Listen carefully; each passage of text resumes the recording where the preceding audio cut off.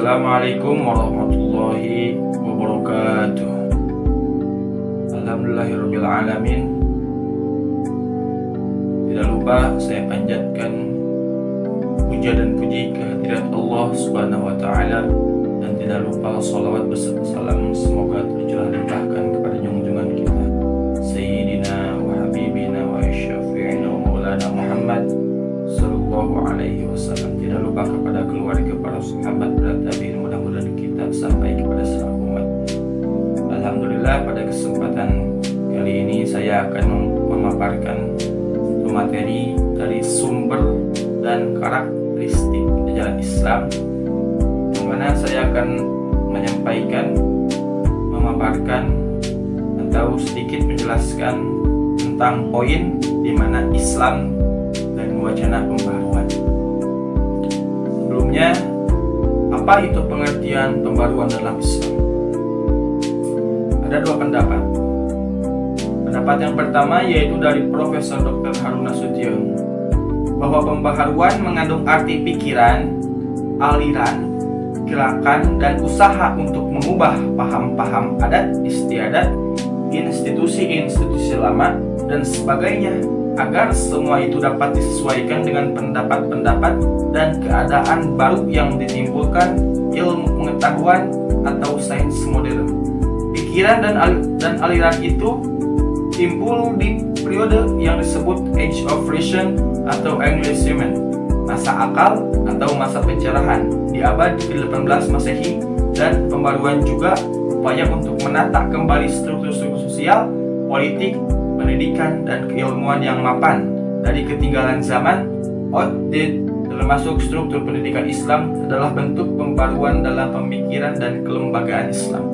Itu yang pertama menurut dari Profesor Dr. Harun Nasution. Yang kedua, pembaruan Islam menurut pendapat dari Profesor Dr. Haji Abaduddin Nata adalah upaya-upaya untuk menyesuaikan paham keagamaan Islam dengan perkembangan baru yang ditimbulkan oleh kemajuan ilmu pengetahuan dan teknologi modern. Dengan demikian, pembaruan Islam secara garis besarnya bukan mengubah Al-Quran dan Al-Hadis, tetapi justru kembali kepada Al-Quran dan Al-Hadis sebagai sumber ajaran Islam yang utama. Itu pengertian pembaruan Islam dari dua pendapat. Sekarang latar belakang pembaruan Islam. Nah, latar belakang munculnya pembaruan dalam pendidikan Islam antara lain adanya situasi sosial keagamaan masyarakat Mesir saat itu yang penuh dengan taklid, bid'ah, dan khurafat serta pemikiran yang statis. Nah, Abdul melihat bahwa salah satu penyebab keterbelakangan umat Islam yang amat memprihatinkan adalah hilangnya tradisi intelektual yang pada intinya ialah kebebasan berpikir. Setelah bangsa Eropa mempelajari filsafat dan ilmu pengetahuan dari ilmuwan Islam dan mereka mengembangkan ilmu-ilmu tersebut, semenjak itu pula umat Islam tidak lagi memperhatikan ilmu-ilmu tersebut, dan sebagai umat Islam mengalami kemunduran dalam segala aspek kehidupan. Nah, begitu. Ini menurut Fauzan, secara garis besar ada beberapa faktor yang mendorong terjadinya proses pembaruan pendidikan Islam. Yang pertama yaitu faktor internal, dan yang kedua adalah faktor eksternal. Faktor internal ada tiga. Yang pertama yaitu kebutuhan pragmatis umat Islam yang sangat memerlukan satu sistem pendidikan Islam yang betul-betul bisa dijadikan rujukan dalam rangka mencetak manusia-manusia muslim yang berkualitas, bertakwa, dan beriman kepada Allah Subhanahu wa taala. Yang kedua yaitu agama Islam melalui ayat suci Al-Quran banyak menyuruh atau menganjurkan umat Islam untuk selalu berpikir dan bermetafor, membaca dan menganalisis sesuatu untuk kemudian bisa diterapkan atau bahkan bisa menciptakan hal yang baru dari apa yang kita lihat. Itu yang kedua. Dan yang ketiga, daripada faktor internal, adanya kesadaran sebagian para ulama atau tokoh umat Islam akan ketertinggalannya dari orang barat dan mereka. Faktor internalnya. Faktor eksternal yaitu adanya kontak Islam dengan barat terutama setelah penaklukan Napoleon terhadap Mesir, telah menyadarkan dan mengugah umat Islam untuk melakukan perubahan pragmatis umat Islam untuk belajar secara terus pada Barat, sehingga ketertinggalan yang selama ini dirasakan akan biasa terminimalisir.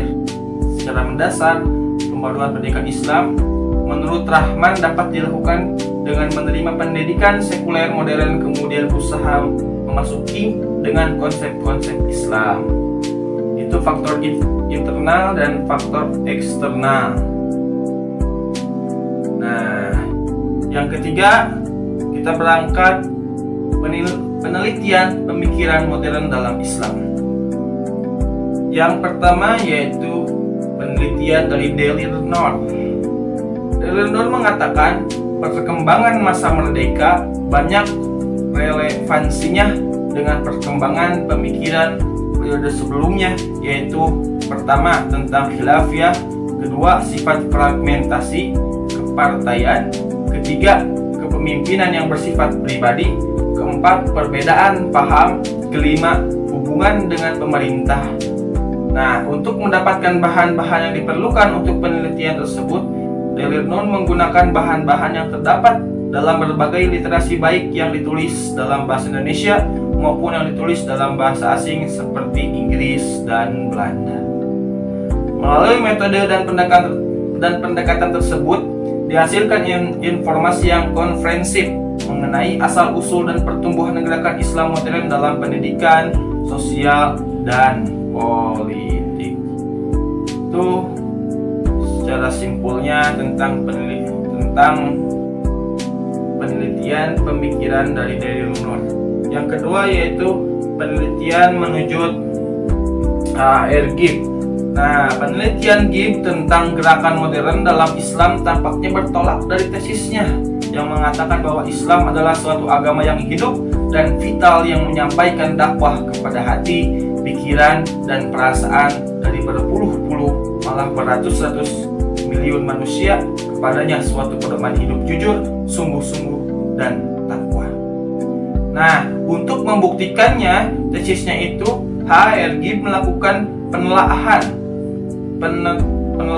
terhadap doktrin-doktrin ajaran adalah mana yang terdapat dalam Al-Quran dan Al-Sunnah, dan bukan dari sumber-sumber yang tidak sesuai dengan doktrin tersebut.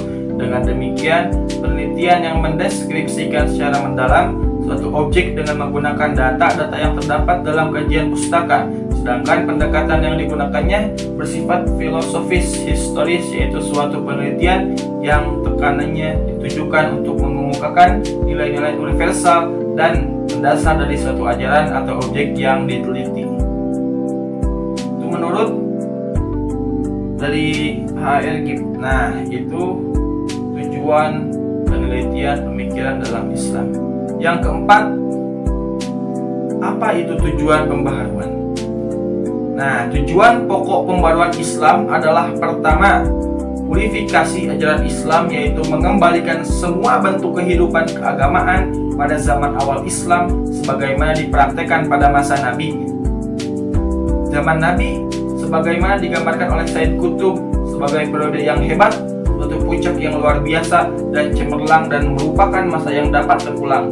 Terjadinya banyak penyimpangan dari ajaran Islam pasca Nabi, bukan karena kurang sempurnanya Islam, tetapi karena kurang mampunya untuk menegakkan Islam sesuai semangat zaman, serta dalam konteks ini banyaknya unsur-unsur luar yang masuk dan bertentangan dengan Islam, sehingga diperlukan adanya upaya untuk mengembalikan atau memurnikan kembali seusai dengan orisinalitas Islam. Nah, upaya ini dapat dilakukan dengan membentengi keyakinan akidah Islam secara berbagai bentuk ritual dari pengaruh sesat. Kedua, menjawab tantangan zaman Islam yang diyakini sebagai agama universal, yaitu agama yang di dalamnya terkandung berbagai konsep tuntutan dan pedoman bagi segala aspek kehidupan umat manusia, sekaligus bahwa Islam senantiasa sesuai dengan semangat zaman dengan berlandaskan pada universalitas ajaran Islam itu. Maka gerakan pembaruan dimaksudkan sebagai upaya untuk mengimplementasikan ajaran Islam sesuai dengan tantangan perkembangan kehidupan umat Islam. Gerakan dan pemikiran pembaruan pendidikan Islam menjadi bagian penting dari tradisi sepanjang sejarah. Perkembangan para pelopor pembaruan hadir untuk merenovasi kepercayaan, pengetahuan maupun praktek beragaman masyarakat Muslim. Nah, gerakan pembaruan Islam di Indonesia muncul pada awal abad ke-20 yang dilatar belakangi oleh kesadaran dan semangat yang kompleks. Jadi, secara garis besarnya, tujuan pembaruan Islam yaitu tujuan pokoknya adalah mengembalikan semua bentuk kehidupan keagamaan pada zaman awal Islam sebagaimana dipraktekkan pada masa Nabi. Itu tujuan daripada pembaruan Islam, yaitu supaya kita kembali kepada Al-Quran dan Al-Sunnah. Jadi jangan melupakan apa yang telah diajarkan Islam, apa yang telah diajarkan oleh baginda Nabi Muhammad Sallallahu Alaihi Wasallam. Kesimpulannya adalah pembaruan Islam adalah upaya untuk menyesuaikan paham keagamaan Islam dengan perkembangan baru yang ditimbulkan oleh kemajuan ilmu pengetahuan dan teknologi modern, dan yang latar belakangi munculnya pembaruan dalam bidang pendidikan Islam antara lain adanya situasi sosial keagamaan masyarakat Mesir saat itu yang penuh dengan taklid, bid'ah, khurafat serta pemikiran yang statis. Secara garis besar ada beberapa faktor yang mendorong terjadinya proses pembaruan pendidikan Islam. Yang pertama yaitu faktor internal, yang kedua adalah eksternal.